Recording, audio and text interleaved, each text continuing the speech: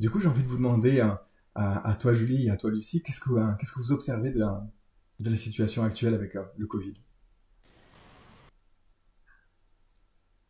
Je commence, Vas-y, Lucie? Julie, ouais. Ouais. Euh, alors, effectivement, ça a soulevé de nombreuses questions, comme tu viens de l'évoquer, Alex. Moi, je trouve que, enfin, je garde toujours quand même un regard assez positif sur tout ce qu'on a vécu. Euh, Parce que ça a quand même permis d'accélérer certains changements qui étaient en train de se produire, mais qui mettaient du temps à démarrer. Et je pense notamment d'ailleurs à la première chose qui est le télétravail. Hein. Ça fait plusieurs années que maintenant de nombreux salariés français le réclament. Plein d'entreprises ont encore eu beaucoup de mal à le mettre en place jusqu'en 2020 parce que ça soulevait des questions de confiance, de transparence, de façon de manager, etc. Et donc, le premier impact de cette crise-là, ça a été effectivement le télétravail et cette généralisation. Alors, c'est clair qu'un télétravail à 100% pour moi, c'est pas forcément quelque chose de sain. Après, on observe beaucoup d'entreprises aujourd'hui qui se sont aperçus que ça fonctionnait bien et qui ont même décidé de l'appliquer comme une norme standard et qui se sont détachés de leurs locaux, etc. Je pense que le télétravail, il est important, mais il faut garder un équilibre pour maintenir le lien social en peut-être partant sur un télétravail deux, trois jours par semaine, quelque chose comme ça. En tout cas, voilà, cette crise, elle a eu déjà un impact sur l'organisation de notre travail. Elle nous a amené à nous questionner sur des façons différentes de vivre le travail. Alors, c'est clair qu'il y a eu des enjeux, des déséquilibres même sur les questions vie professionnelle, vie personnelle, parce que finalement, on avait l'habitude de tout cloisonner, on allait au travail, et là, finalement, le travail était chez nous. Donc, il y a eu beaucoup d'adaptations à faire, mais je pense que voilà, beaucoup de personnes ils sont parvenus assez bien et les entreprises ont quand même été assez réactives sur ce sujet pour accompagner au mieux les salariés. Le problème, c'est que ça a quand même duré assez longtemps. Donc, c'est vrai qu'après, le télétravail, il faut faire attention à toutes les questions d'isolement. Et c'est pour ça que tu vois une personne comme le CHO, mais c'est aussi le rôle du manager d'être là pour continuer à créer le lien, même si c'est à distance, de proposer des événements rituels, de ritualiser des événements dans les entreprises de façon hebdomadaire, quotidienne, etc. C'est hyper important d'avoir cette personne un petit peu ressource, en fait, qui va être là pour animer, pour continuer à faire vivre la culture, même si on ne se voit pas physiquement.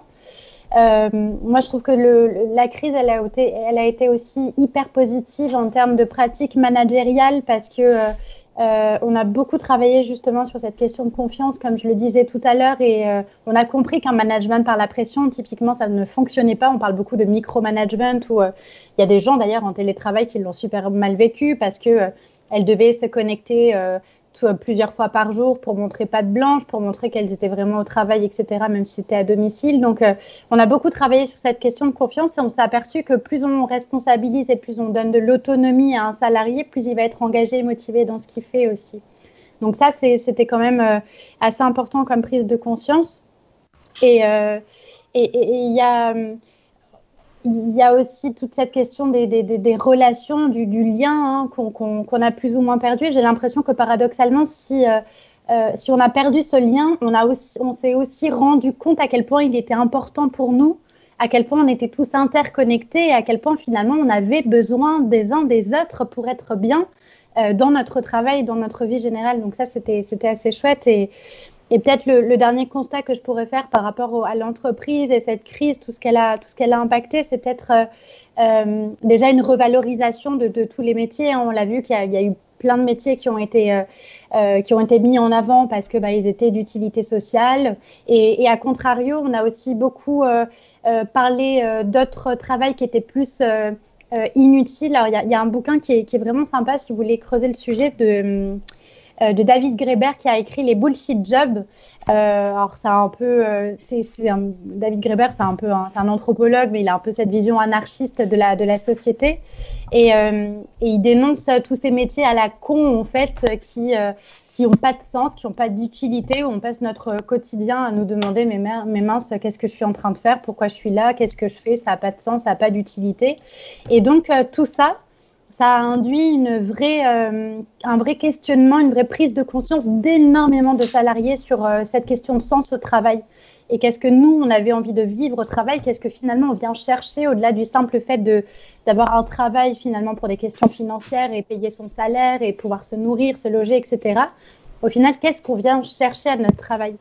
Et on en parlera peut-être plus tard, mais moi j'ai observé énormément de personnes là depuis 2020 qui se reconvertissent et qui quittent complètement un univers, un monde professionnel dans lequel ils étaient depuis 5, 10, 15, 20 ans et qui n'ont plus envie de faire ça et qui ont envie finalement d'avoir du sens dans ce qu'elles font et avoir un impact positif en fait. Mhm.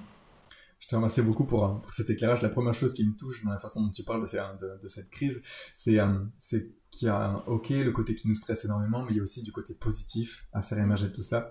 Et c'est vrai qu'il y a un contexte avec un contexte de peur. Est-ce qu'on va tomber malade? C'est un petit peu cultivé, ça génère des choses qui sont pas vraiment confortables, donc c'est bien et c'est même important à mes yeux qu'il y ait des gens comme toi qui disent ouais, mais il y a aussi des choses qui peuvent se passer qui sont cool.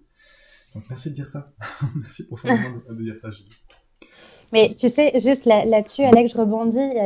En psychologie positive, on en parle beaucoup, c'est le cercle d'influence. Et en fait, on passe énormément de temps dans notre quotidien à perdre de l'énergie, à essayer de changer des choses, à se préoccuper par des choses qu'on ne peut pas changer, qu'on ne peut pas contrôler.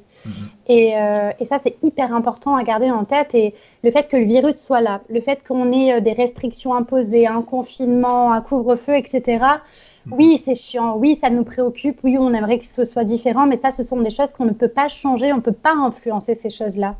Et par contre, on peut décider de changer notre perception, de changer notre façon de vivre, de peut-être changer un petit peu notre rythme de vie, de se caler à une autre façon de vivre. Et ça, oui, on a de l'influence. Et je pense que dans cette crise-là, pour être résilient, c'est justement reprendre le contrôle sur sa perception et vraiment se focuser sur ce qu'on peut influencer, nous, vraiment. Quoi. Clairement. Je te remercie de dire ça aussi. D'ailleurs, c'est amusant parce que ça fait écho avec un truc que je vis en ce moment pour dire à quel point des fois on peut être un peu borné. J'ai eu un accident de moto il y a quelques semaines et donc du coup j'ai un plâtre au pied. Et donc du coup je suis extrêmement privé de ma liberté. Je ne peux pas me déplacer comme j'en ai envie. J'ai des béquilles en permanence, ça me saoule. Et aujourd'hui, je me suis dit, bon, bah, c'est pas grave, tu vois, peut-être que tu peux pas faire de grosses balades, mais tu peux te déplacer tranquillement, et même si tu vas pas loin, c'est pas grave, tu te déplaces. Et puis, je suis passé à côté d'un arbre, et ça sentait bon.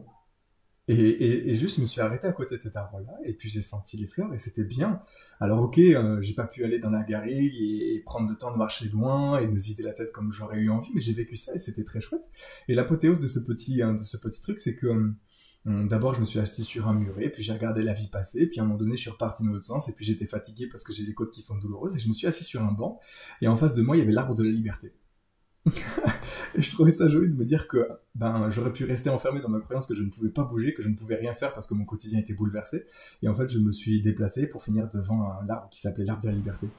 Donc, déplaçons-nous, sortons de nos croyances dont on ne peut rien faire, et déplaçons-nous vers nos arbres de la liberté. Merci Julie pour cette image. Et toi, Lucie, du coup, qu'est-ce que tu observes avec notamment Travail Écoute? Est-ce que tu observes des changements depuis la crise qui s'installe? Alors, déjà, merci pour ces conseils. Julie, je suis totalement d'accord avec toi. Se concentrer sur ce qu'on fait, son métier, y mettre tout son cœur dans son périmètre sans essayer de remettre en question des choses auxquelles on ne pourra jamais changer. C'est vrai, la structure de l'entreprise ou alors les événements climatiques, les événements de société, c'est des choses qu'on ne peut pas contrôler. Donc effectivement, un bon conseil, c'est de se concentrer sur ce qu'on peut contrôler, son travail, etc. Donc ça, d'abord, merci pour ce bon conseil, ce partage qui est très important, je crois, surtout dans ces temps-ci. Alors, moi, ce que j'observe par rapport aux témoignages que je reçois, aux personnes à qui je parle hein, sur Travail Écoute, et aussi à mon entourage, etc., et ce que je ressens. Alors moi, j'étais ravie de savoir qu'il y allait avoir un confinement, que tout le monde était au télétravail. Non, mais vraiment, parce qu'au tout début, hein, Au tout début, j'y ai cru tel voilà, vraiment l'utopiste qui est en moi. Je me suis dit, c'est bon, fini le contrôle au travail, on va pouvoir prendre des pauses, on va pouvoir... non, non, pas du tout. Donc ça, j'ai bien compris. Alors, il y a des choses qui ont changé et en ça, c'est vrai que je suis super contente. Les managers un peu crispés vis-à-vis du télétravail ont appris à faire confiance, enfin, ont dû, et ça, c'est super. Il y a des nouvelles méthodes qui sont en marche et ça, je trouve ça vraiment génial. Il y a eu des changements positifs, mais par contre, ce que je note aussi, c'est que certaines personnes sont restées avec des difficultés et depuis le début de la crise jusqu'à maintenant, ce qui fait beaucoup de temps, ce qui fait plus d'un an, enfin, ce qui va faire un an. Et ces personnes-là ont plus de crainte, on va dire, qu'avant. C'est-à-dire que partir de son travail, alors que derrière, on a une crise économique, ça accentue la barrière de se dire je peux quitter mon travail. Enfin, voilà. En plus de la question du sens qui est venue aussi questionner chacun d'entre nous. Est-ce que mon boulot a encore du sens ou pas? Si mon boulot, je me suis rendu compte qu'il n'avait pas de sens et qu'en plus je peux pas le quitter et qu'en plus j'ai peur pour de pas pouvoir payer mon crédit, de pas pouvoir finir mes études, etc. Enfin, c'est très stressant, quoi. Du coup, ce que je veux dire, c'est que alors le travail, c'est vrai que ça a été une ressource formidable pendant la crise. On s'est rendu compte qu'on pouvait compter sur ces métiers-là.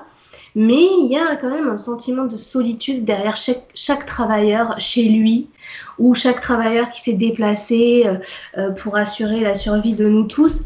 J'ai l'impression qu'il y a quand même un sentiment de solitude. Alors heureusement qu'on est là pour parler de tout ça. Je trouve ça génial de briser ces tabous, de penser à eux, aux personnes qui sont pas bien et de trouver des solutions, d'apporter des conseils et de rompre cette isolation. Je trouve ça vraiment bien. Je trouve ça vraiment bien. Il faudrait des Chief Happiness Officers dans toutes les entreprises, à chaque coin de quartier, pour aller discuter quand on en a besoin ou sortir de chez soi, quoi. Voilà, donc constat partagé pour voilà, 2020, 2021. Franchement, je m'attendais à beaucoup mieux, mais après, il faut aussi que je reste les pieds sur terre. Les changements se font petit à petit. Et c'est déjà très bien de féliciter les employeurs et les managers qui ont mis des choses en place en faveur du bien-être au travail. Merci à eux, vraiment, je les encourage. Merci beaucoup, c'est pour ça.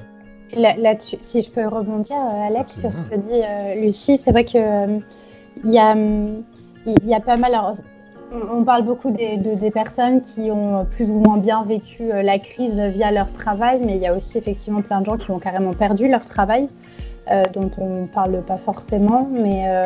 Et je trouve que tout ça a aussi mis beaucoup plus en valeur toutes ces notions liées aux émotions, en fait.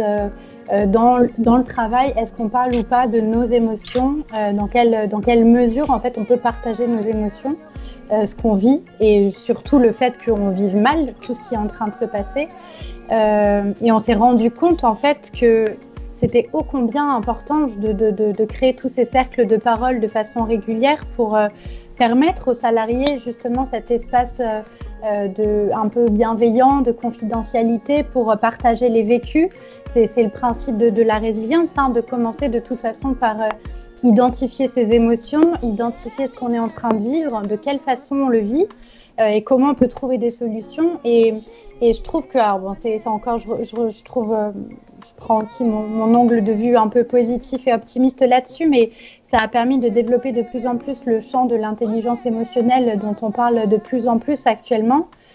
Et de se dire que finalement, si on vit des difficultés, c'est aussi le moment de prendre le temps de les accueillir ensemble et de peut-être commencer à développer, par exemple, en entreprise, des pratiques comme la gratitude, tu vois, se contenter de juste savourer un café virtuel avec son équipe le lundi matin, partager sa météo intérieure. Tu vois, moi, c'est des choses que je fais beaucoup en introduction d'ateliers en ligne, par exemple, où on partage des ressentis, utiliser tous les outils de la communication non violente aussi, qui nous permettent de comprendre nos émotions, nos besoins, etc. Et donc, je trouve que voilà, la crise, elle a été aussi positive là-dessus, c'est qu'on parle aujourd'hui beaucoup plus ouvertement de nos émotions, et c'est OK de dire qu'on va pas bien. C'est OK et au contraire, en fait, on se sent d'autant plus vulnérable et authentique, je trouve, quand on dit qu'on va pas bien. Et les gens trouvent, je pense, trouvent écho aussi en ce qu'on vit chacun. Donc. Oui. Ça, Julie, je suis d'accord avec toi. J'ai remarqué que plus on en parle, en fait, et plus on va se rendre compte que les gens s'ouvrent aussi avec nous. Et c'est là que ça commence à créer une synergie. Le premier qui va commencer à dire hey, moi je souffre, courage à lui, mais derrière il y en a beaucoup qui vont peut-être oser prendre la parole et se sentir plus à l'aise, en tout cas moins seul déjà, mais c'est vrai que courage au premier qui dit ça va pas, et pour dire aussi parfois je vais mal, il faut qu'il y ait aussi quelqu'un qui écoute. Alors quand on a des personnes comme toi Julie auprès de nous, c'est super, mais quand c'est des petites organisations ou même parfois des grandes organisations et on ne sait pas vers qui se tourner, c'est délicat. Mais c'est vrai que cette période-là, vu que tout le monde est un peu chamboulé, tout le monde prend conscience que c'est important d'écouter l'autre dans ses difficultés, parce que tout le monde en fait se retrouve dans un peu la même galère, quoi. Je vous remercie toutes les deux pour ce que vous êtes en train de dire là, parce que vous êtes en train d'expliquer pourquoi il est important pour moi de faire ces lives. Voilà, parce qu'on est tous les mêmes, on traverse tous les mêmes situations, et qu'à un moment donné, s'il y en a un qui se lance, ça permet à chacun de se dire « Ah, en fait, je suis pas tout seul ».